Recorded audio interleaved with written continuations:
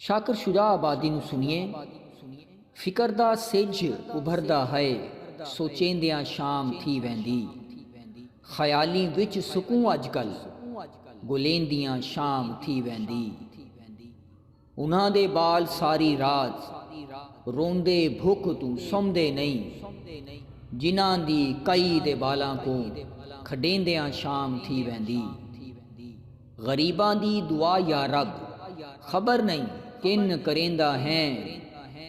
सदा हंजुआं दी तस्बीह को फरेंदियां शाम थी वैंदी।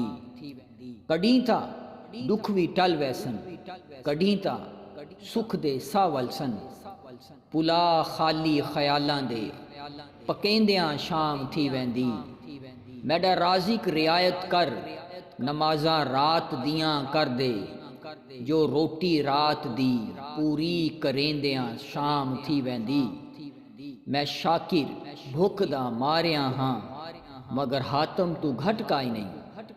कलम खैरात मैडी है, चलेंदियां शाम थी वैंदी।